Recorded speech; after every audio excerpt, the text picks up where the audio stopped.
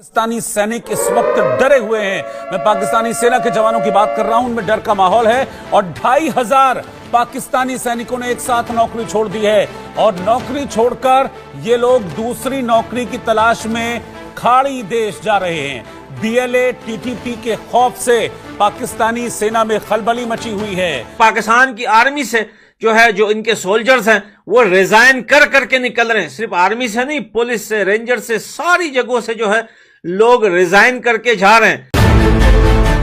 आप अंदाजा लगाइए कि जिस देश का सैनिक ही डरकर भाग रहा हो उस देश की हालत क्या होगी। ये खबर भारत के लिए एक बड़ी जीत है। काबुल फ्रंटलाइन में छपी एक रिपोर्ट में कहा गया है कि एक ही हफ्ते में करीब 2500 सैनिकों ने नौकरी छोड़ दी है। बताया जा रहा है कि पाकिस्तानी सेना में बढ़ती असुरक्षा, लगातार हो रही जवानों की मौत और पाकिस्तान की बिगड़ती आर्थिक स्थिति को देखते हुए सैनिक नौकरी छोड़ रहे हैं। सिलसिला हम शुरू कहां से हुए थे? पाकिस्तान का मतलब क्या? ला इलाहा इल्लल्लाह। अब पाक ईरान शाहरा N40 पर IED धमाका हुआ है। पेशावर के मज़ाफाती इलाके अरमड़ में एक मस्जिद के बाहर देसी साख्ता बम के धमाके में मुफ्ती मुनीर शाकिर जाम भाग। खबर है कि करक 2 थानों और सुई गैस ऑफिस पर हमला, फायरिंग का तबादला जारी है। थाना याकूब शहीद पर हमले में सब इंस्पेक्टर असलम नूर शहीद हो चुका है। अपडेट करें आपको, नोशकी में दालबद्दीन शाहराह पर धमाके से 5 अफराद जान बहक और 10 जख्मी हो गए हैं। वज़ीर आज़म, वफाकी वज़ीर दाखिला, वज़ीर आला बलूचिस्तान समेत दीगर रहनुमाओं ने नोशकी में धमाके की शदीद मजम्मत की।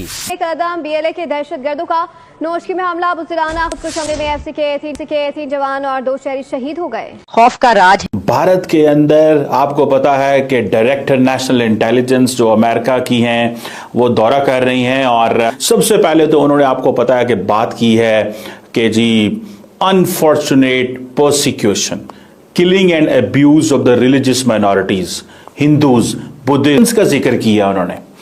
यानी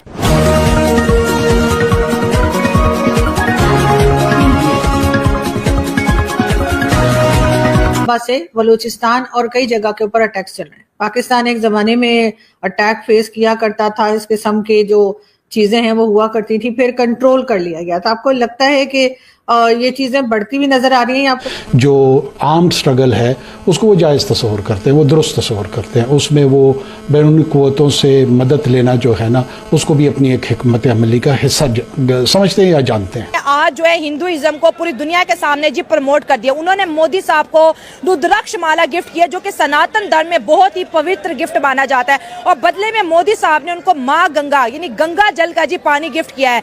देखिए, ये अपने कल्चर को ना इस तरह प्रमोट करते हैं जिस तरह एक जगह आग लगी और वो फैलती जाए। अच्छा, ठीक है, वो सोशल मीडिया पर इस तरह वायरल करते जाते इनकी मीडिया भी कुछ इस तरह की है कि अब हमारे पास जो गेस्ट आता खास हम उसको आबे जमजम पेश करते हैं या ओली बुक देते हैं, वो डर जाते हैं। तुलसी गैबर्ड जो है ना उनका एक और एंगल भी है।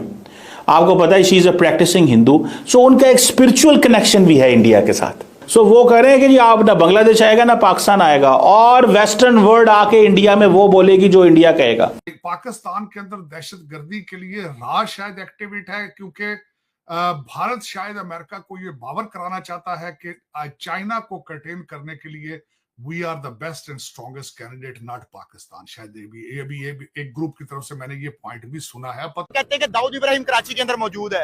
अगर तो दाऊद इब्राहिम कराची के अंदर मौजूद है तो भाई बेशक आप उसको दें, वो जाके बेशक मुंबई में जाके उसको उल्टा लटका दें। ठीक है, हमें इससे क्या मतलब है? दूसरा उनका हफज सईद वाला है, उनके मुताबिक वो एक इंटरनेशनली सर्टिफाइड टेररिस्ट है। 26/11 में वो कहते हैं मुलविस है।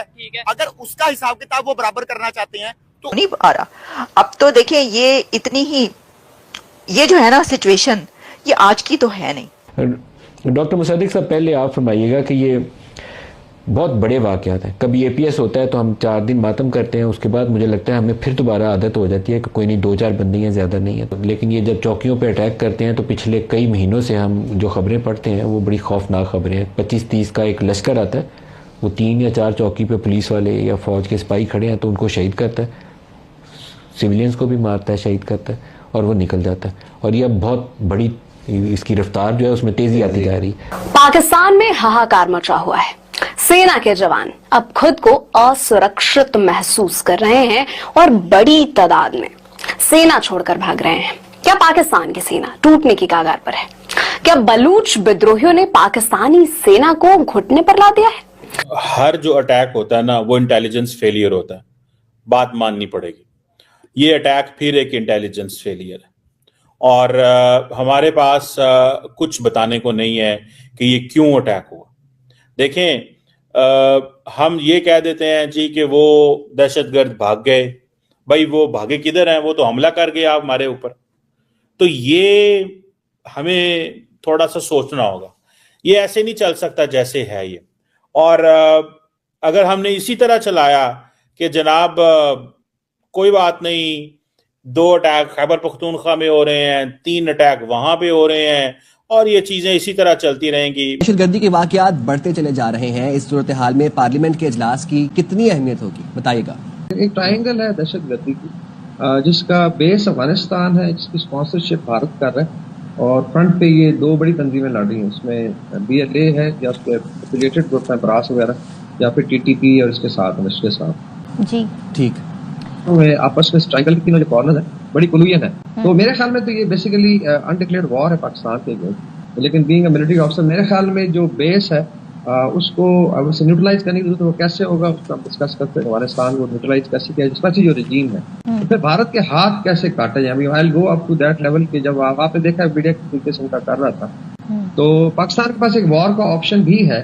जो मैं जनाब JD वैंस साहब वो भी आ रहे हैं इंडिया, लेकिन आपको पता है कि आते ही जो तुलसी गैबर्ट साहबा हैं उन्होंने मुलाकात की। उन्होंने मुलाकात की है नेशनल सिक्योरिटी एडवाइजर अजीत डोल साहब से, उन्होंने मुलाकात की है डिफेंस मिनिस्टर राजनाथ सिंह से।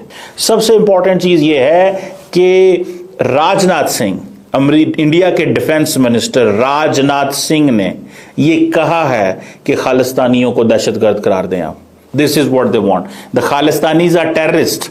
That is called the isolation. ये इंडिया ने आइसोलेशन का मुकाम कर दिया पाकिस्तान का। वहां उन्होंने अखंड भारत का नक्शा लगाया है। अब वो नजरियाती तौर पर अपनी पूरी कौम को ये बता रहे हैं कि हमारा नस्बुनैन अखंड भारत है। और जाहिर है कि अखंड भारत की राह में सबसे बड़ी रुकावट पाकिस्तान है। और इस अखंड भारत को हासिल करने के लिए इससे बेहतर मौका इनको पिछले 100 साल में या पिछले 1000 साल में नहीं मिला होगा कभी। हर जगह पे तो बजट ही बजट है। आप देखें ना, डिफेंस इंडिया का जो डिफेंस बजट है उसमें 70% जो होता है वो रॉ कंज्यूम कर रहे हैं। डिफेंस बजट में 70% रॉ कंज्यूम कर रहा है। तो इससे आप अंदाजा लगा ले। बाकी 3 इंडस्ट्रीज की आपने बात किया, IT तो निकाल के देता है। IT में अगर 100 रुपया इंडिया इन्वेस्ट कर रहा है तो 100 के बदले में लाख कमा रहा है। CPEC वाला जो मामला जब से उठा ना, इंडिया भी हमारी दुश्मन है। अमेरिका भी नहीं चाहता कि ये CPEC बने। अच्छा, अमेरिका भी नहीं चाहता। सारी बात है, जब ये CPEC बन रहा है तो इनको तो तकलीफ तो होगी ना। तो ये वही चीजें हैं जैसे चाइनीज को कत्ल कर देते हैं। चाइनीज को क्यों मारा जाता है? इसी वजह से मारा जाता है कि पाकिस्तान बस किसी तरीके से स्टेबल। ये भी आपकी इंटेलिजेंस फ्लेवर कर लें आप, बल्कि सबसे बड़ी इंटेलिजेंस फ्लेवर तो आपकी बलूचिस्तान में हुई है चीमा साहब।